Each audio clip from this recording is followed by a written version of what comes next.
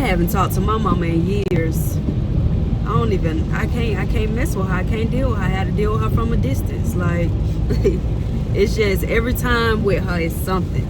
You know, oftentimes we hear those type of things from our family and friends, like about how people just can't deal with their mama or can't put up with their mama. Hey y'all, welcome back to my channel. It's Cherika Brown, of course, and we're on another episode of Cherika Be Talking, because I be talking.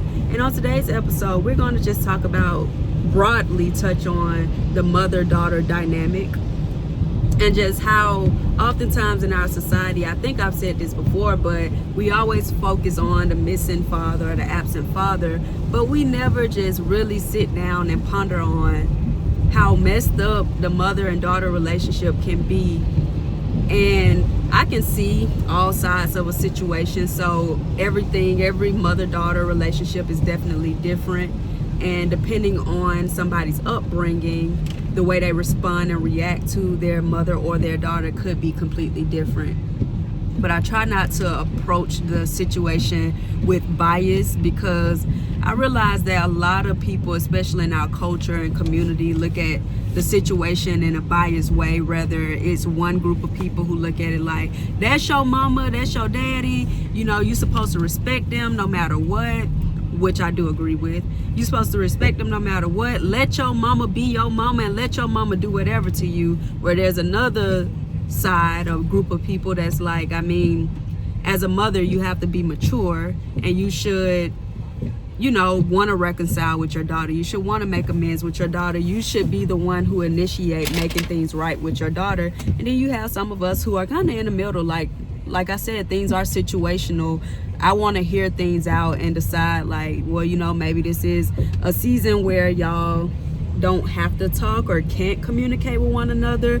But I believe that life is so short, and people that I love, I just don't see myself going a long period of time without talking to them. I just feel like everything is fixable, but that's just my possible upbringing as well, and just because of the type of family dynamic I come from, where I feel like things can always be resolved and solved.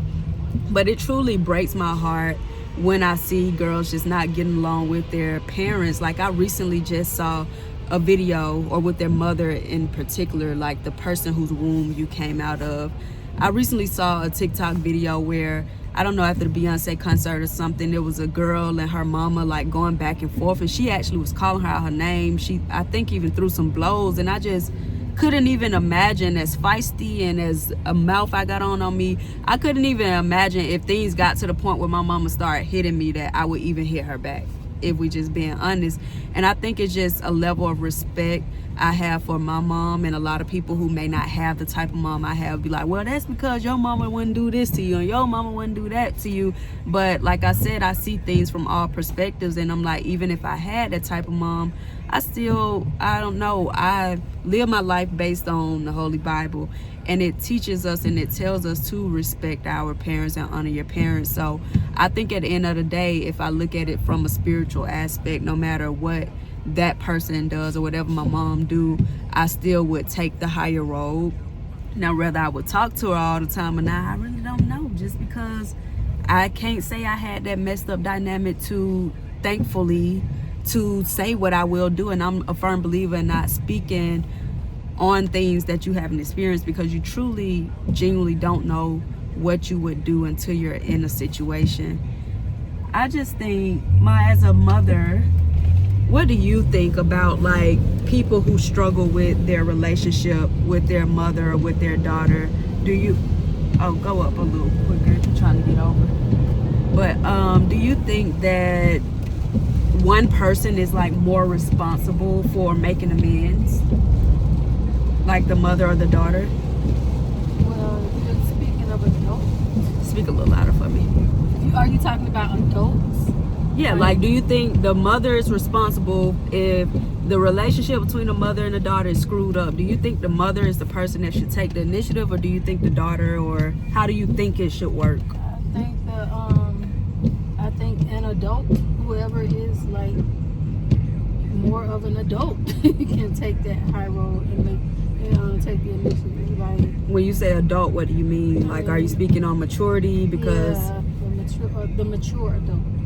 in the situation could be the one that try to mend the relationship. But you gotta also understand that just because you are the mature one and at a point in your life that you want to mend things, that does not mean that the other person who You gotta speak louder. that what am I speaking loud for? Oh, That don't mean what?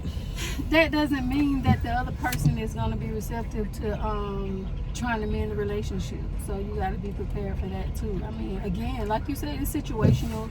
In my opinion, I feel like when you mature to a certain level, all the finger pointing and who's to blame should go out the window. But I feel like that to my point, I feel like a mother should be the one who mend the relationship. I get what you're saying. You're saying the one whoever is most mature, but oftentimes we see it that a daughter is only a reflection of her upbringing. If you grew up with a petty mama that or a not present mama or a mama that's just not mature at all, is 9 times out of 10 you're not as mature either.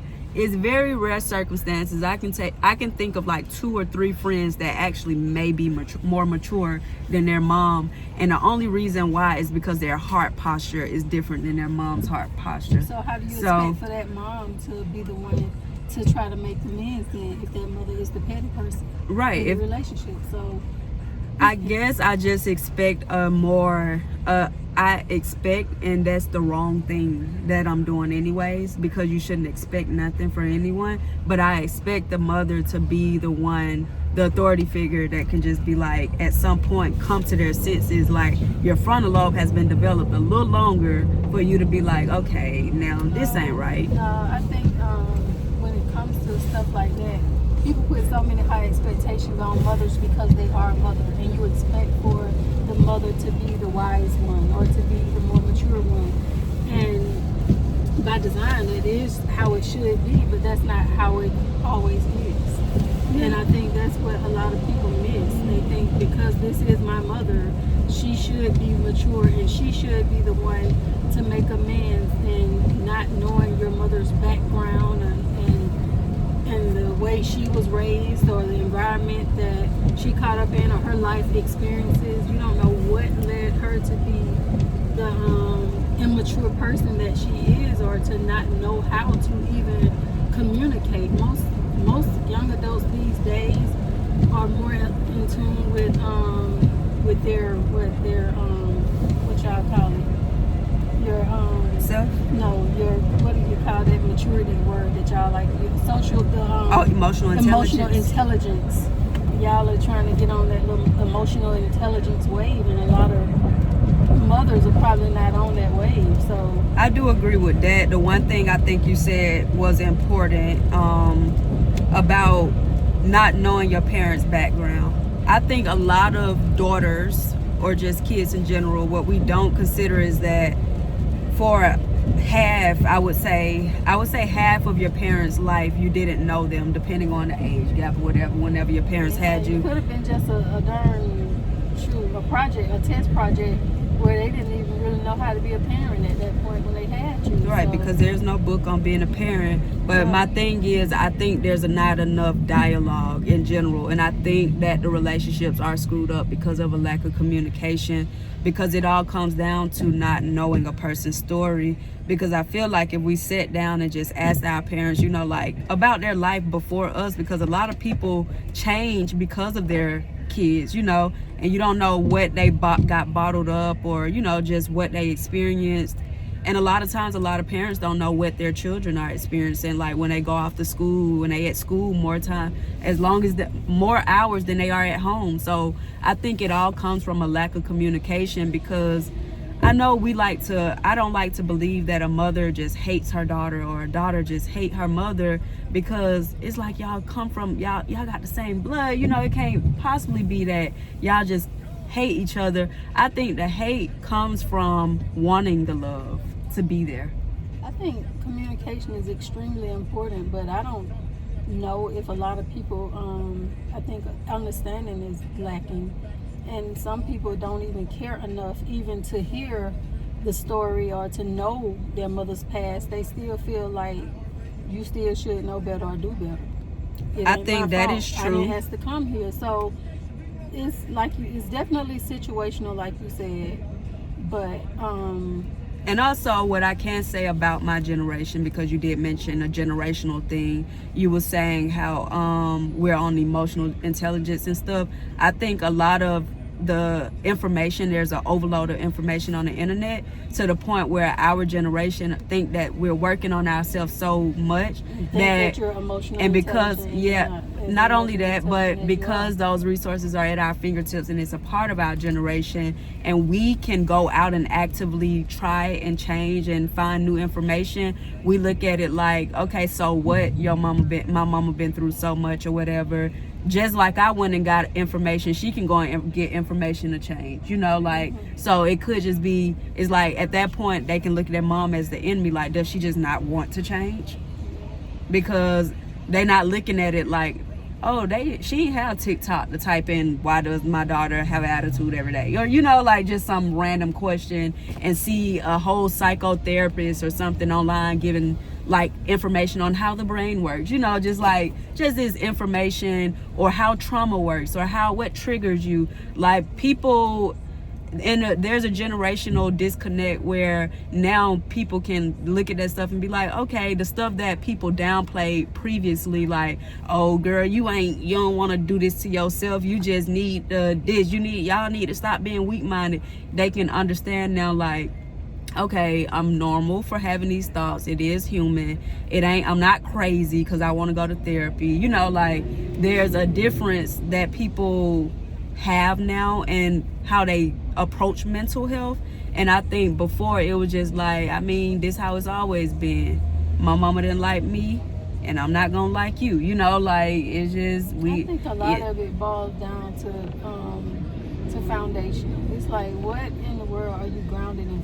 You know, where's your foundation? Because my faith. foundation is in my faith. My foundation is in Christ. And I read the Bible with comprehension, and I try to live by it to the best of my ability. Of course, we all slip, fall, do whatever, but we get back up.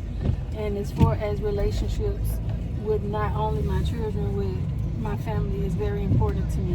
Mm-hmm. And I always like to take a look in the mirror to see what it is about me that I can change, because you should be the change that you want to see in other people. I know that's cliche or whatever, right? But that is just it. Like, if you want to see something in somebody, then you need to be that change. And until people accept responsibility for their role in whatever situation, is not going to change, you know. And even the person that's doing the reaching, or the mature party that's trying to mend the relationship, you have to be willing to accept whatever that person is gonna bring to you. Not saying that you gotta just take it and just take abuse and all that thing, but if they are not at a level of intelligence, emotional intelligence, at that level that you like for them to be on, but you still do care about the relationship and you want to mend it, then you're just gonna have to meet them where they are, you know. Yeah, and I think, like the Bible tells us, love conquers all. I think that most people need to decide to love and understand that, just like a romantic relationship that they'll fight for, like even your platonic and your familiar, your family relationship, is a choice that you make every single day to get up and love that person. Like, people, my friends and associates always say, oh, I love you and your mama relationship, y'all are so close, all this and that. But at the end of the day, me and you are both strong-minded, and sometimes we don't always agree. So I might say a little slick something and then realize, hold up, that's your mama. Watch your tone, watch yourself, and you'll be like, who are you talking to? Right. And then it's like a little riff, but it ain't like I'm gonna be mad for a whole week.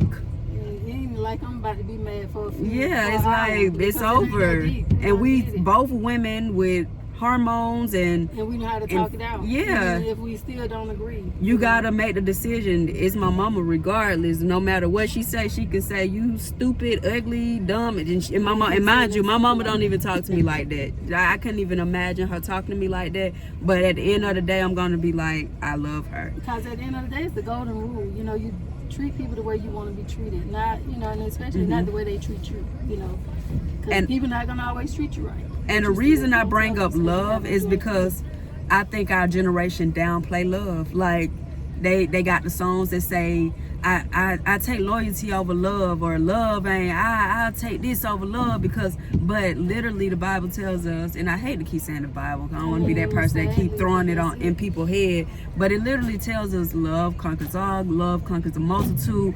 The strongest of these are love. The greatest are these of love. Like, and I feel like it's the work of Satan to make us feel like love ain't that important. You even have people that say, oh, marriage is about finances, and marriage is about a business. It's all it is. And they just downplay the love side of things. But it's the love for a person that keeps you coming back. It's the love for a person that drive people crazy.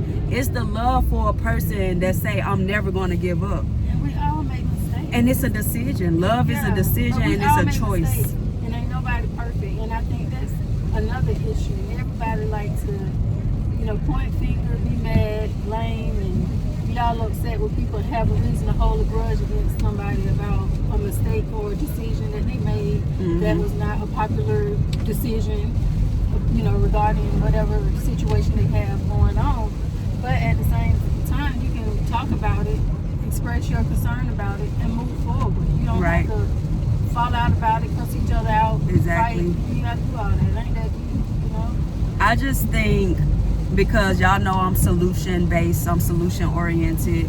If you are having issues with your mom, and you are a daughter, first of all, you can reach out to me at cherikabetalking@gmail.com if you need coaching, any private coaching for a specific with your situation. But I want to challenge y'all to just write down what is your issue with your mom, or why you don't like your mom, or why you even feel like your mom may not like you, and what's the issue with you all's relationship. And if you want a relationship with your mom, and I want you to really be honest with yourself and be truthful, and then I want you to read those things, see what things may be selfish within the list that you create, and make yourself understand your mom's perspective. Like, before even talking to your mom, I want you to just journal all of your feelings, all of your thoughts, and all of everything. I just want you to just pour it all out on a sheet of paper. Once you do that, I want you to pray and ask God to just lead you. Pray for discernment, pray for wisdom, ask God to triple it for you. And then I want you to find it in your heart to respectfully, and emphasis on respectfully. I want you to respectfully, and I'm just making this up off the top of my head as I go. I want you to respectfully go to your mom and have a heart-to-heart conversation, one-on-one, nobody else, you, her, and God, about how you feel, and even ask her how you feel. And be sure to use I feel statements, because you never want to tell people, oh, you don't like me, I feel like you don't like me. That's just different, because nobody can tell you how you feel, but you can't tell somebody what they don't like. So just try to use I feel statements. Be very careful with your words. Take your time with your words, and just write down what you even want to say before you go into this conversation. And go into this conversation with an open heart, with expectations that it won't even go your way, and be okay with that. But I want you to actually pour your heart out. Tell your mom how you genuinely feel. And if you love her, I want you to tell her that you love her no matter what. I want you to express this. But in this conversation, I want you to ask your mom if she's okay to just share her childhood with you. Like, share things with you that you may have never known about her. I want you to get to know your mom on a different level. And when you get to know your mom, I guarantee you that over time you will understand everything that she does a little better. Even if you don't agree with it, you will start to understand it. And I think a big part of loving somebody, trusting somebody, and just building a relationship with somebody is accepting them for who they are. And you can't accept a person completely for who they are until you realize the things they've gone through. But I think we need to open up communication and just dialogue in general in our communities, and just express love with one another, and we'll get much further.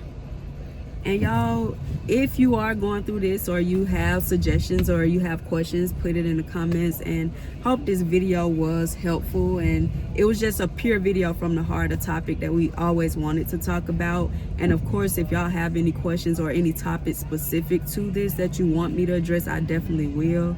Do you have any final thoughts, man? wasn't even expecting this. Okay. Well, y'all know I'm I'll be prepared. back because I be talking. Peace.